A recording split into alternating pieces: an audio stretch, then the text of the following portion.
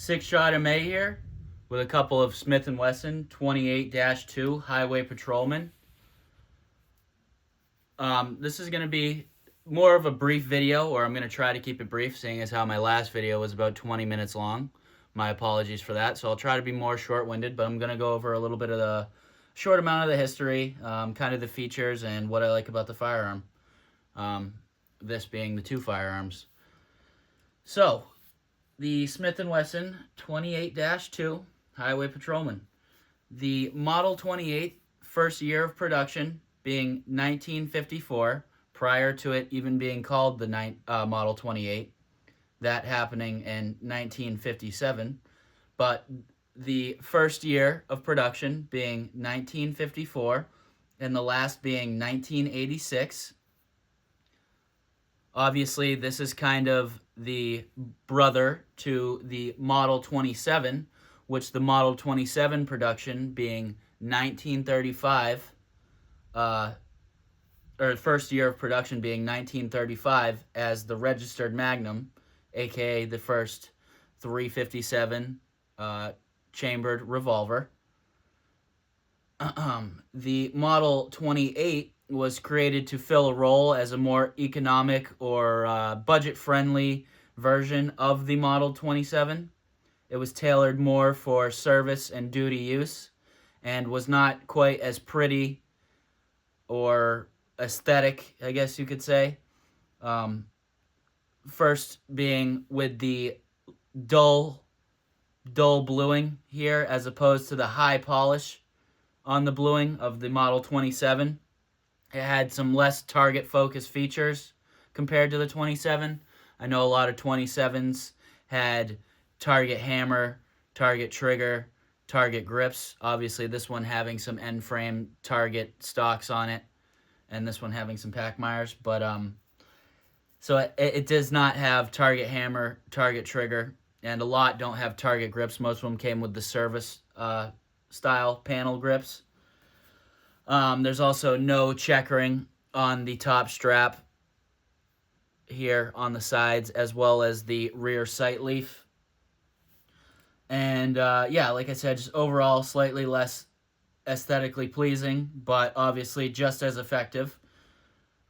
It pretty much being the same gun, besides the features I just mentioned.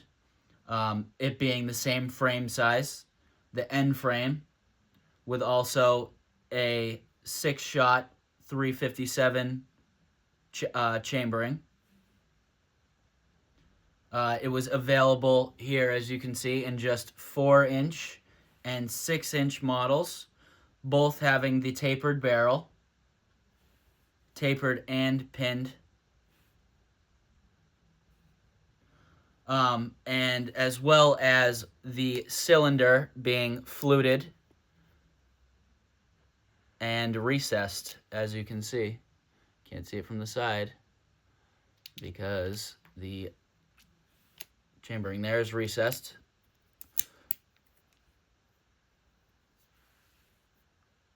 Which is obviously a classic feature that they went away with sometime in the 80s, I do believe.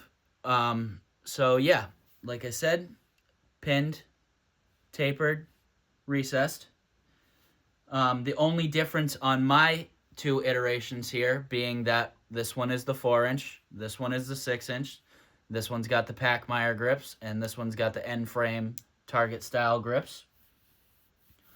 So yeah, some general key features on the firearm include the pinned barrel, recessed cylinder, and hammer-mounted firing pins, which is another sought-after feature on many Smiths. I always like this. I like how it looks. I like how it performs, and overall generally just shows or comes from a time of higher quality, higher QC, and higher standards from Smith & Wesson. The hammers and triggers being color case hardened, which is a nice touch too. I don't think anyone can say that the color case hardening isn't beautiful. That's always been a feature I've liked on the older Smiths as well. It's got the classic full-size cylinder release. You'll hear me talk about these a lot. I like this old circular style as opposed to the new tapered ones. I always thought they perform better, they look better, they're more ergonomic. Um, they obviously come with fully adjustable rear sights. Like I said, the only difference from this and the 27 being the no checkering.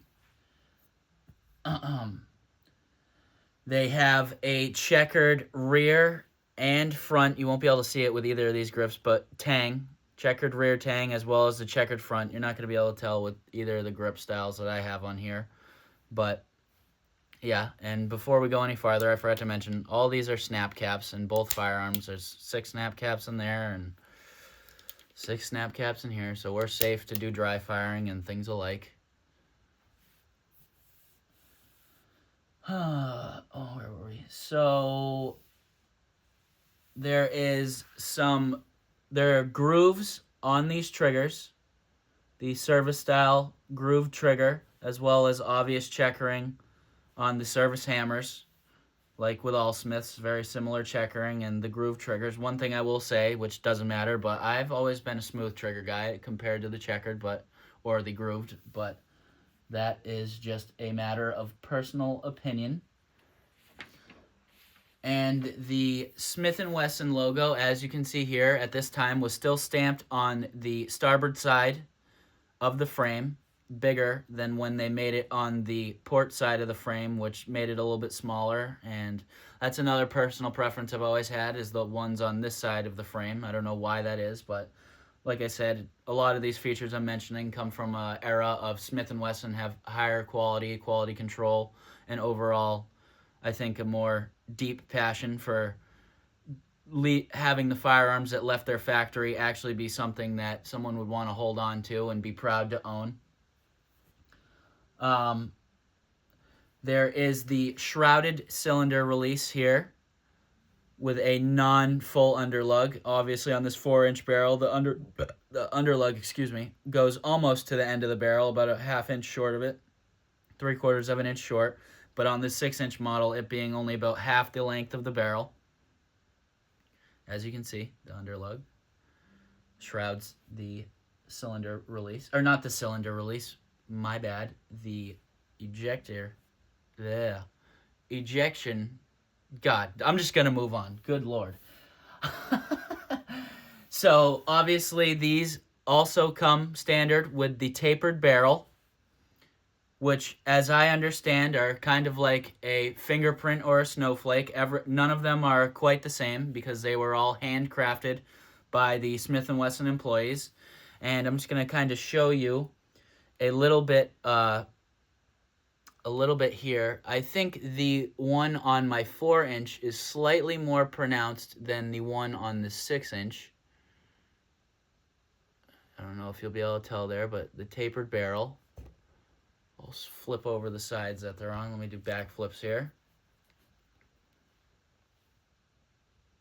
I feel like they are a little bit more obvious here on the 4-inch than the 6-inch, just in my particular iteration, like I said. So, yep, there's that. They come standard with the Bowman, excuse my pronunciation, front sight post. That ramp style front sight. That's another thing you'll hear me talk a lot about. I don't know what it is, but I always preferred these over the Patridge. I know that's another personal opinion there, but me, I've liked the aesthetics and overall usability of the Bowman front sight style. I meant to say, when I was talking about this earlier, I don't know why I had the brain fart, but the ejector rod, shrouded ejector rod, shrouded by the lug there, the underlug. Another standard thing on these that you'll see is the 357 cartridge Highway Patrolman stamped or roll marked onto the starboard side of the barrel there. I don't know how well that's going to come up. Like I said in previous videos, I'm filming on an iPhone 15, so if the viewing quality or the audio quality is not that great, I do apologize, guys. But you'll have to take my word for it. It does say 357 CTG for cartridge, Highway Patrolman, roll marked right onto the starboard side of the barrel there. And like I said, they are in 357 Magnum or 38 Special, just like the barrel says. And for these ones, my 4-inch, as I understand, is an S prefix, and the 6-inch being an N prefix, meaning the 4-inch is actually older and a 60s gun. And as far as I can tell, my N prefix means it's somewhere in the 70s with the serial number on it. I kind of tried to do some basic checking and on forums and stuff like that with just the whereabouts of where they're at. So I believe this to be 60s, this to be 70s.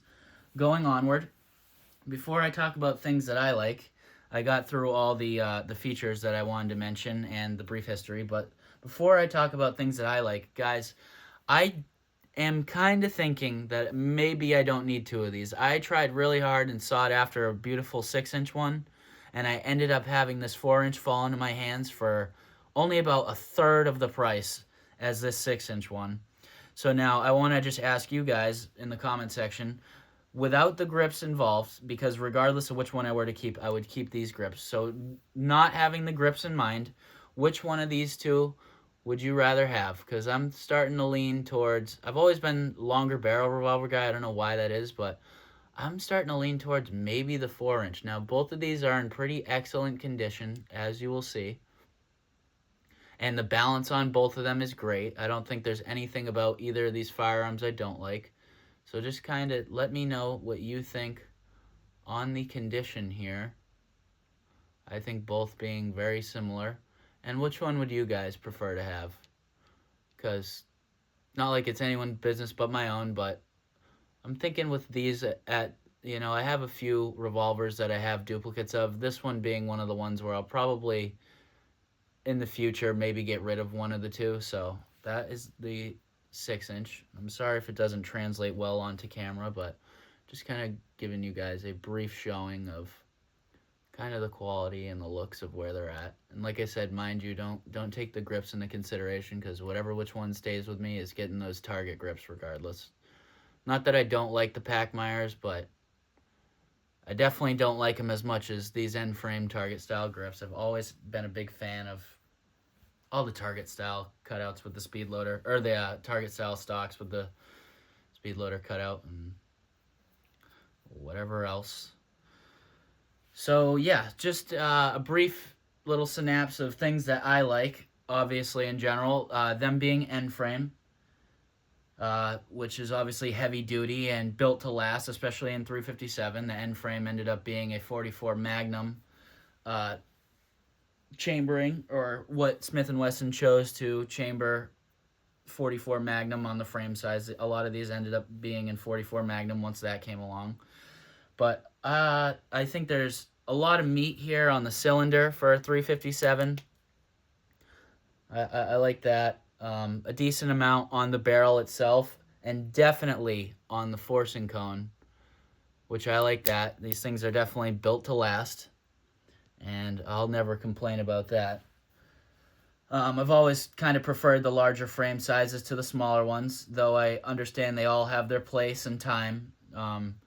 But you'll probably see me with a lot more N and L frames than you will J and K. And I know I'm a fan of them all. I'm not putting any of them down, but for some reason I've always kind of liked the beefier firearms. I really don't know what that is, but I think the balance on these is really nice on both the 6-inch barrel and the 4-inch barrel. Both balance great. Soaks up recoil even on some smoking hot, totally rocking Magnum loads. It's honestly, they shoot great, and they feel great. There's really nothing that you can do to hurt your hands with one of these, with any of the loads. I mean, 357 is still a dream, and 38's like nothing. It's like shooting a 22. I also don't mind the dull blue on the 28. No, people aren't really as big of a fan as that compared to the midnight blue. Me being on that team as well, I would prefer that more high polish bluing, but I really don't dislike this dull blue. It doesn't show fingerprints and oils as much, and I feel like it definitely is a lot more wear resistant. In general, I think it still looks nice. I really like the roll marks on the barrel here, the Highway Patrolman roll marks. I like the stamping of the Smith & Wesson on the starboard side. And, of course, just like any other collector of Smith & Wessons, I love the pinned barrel, the tapered barrel, the recessed cylinder chambering. I don't know how you couldn't like that. And also the hammer-mounted firing pins. I'm a big fan of those. And like I mentioned before, too, the old cylinder release. And just the general overall feel of this gun, the sights, just about everything. I mean, there aren't really things I can say that are bad about the firearm. It would be hard for me to talk trash about anything. And holy crap, we're coming up on 16 minutes, guys. That's going to do it for me. Just let me know in the comment section which one of these two you'd rather have, grips aside. So that being the Smith & Wesson 28-2 Highway Patrolman. 6-shot MA out.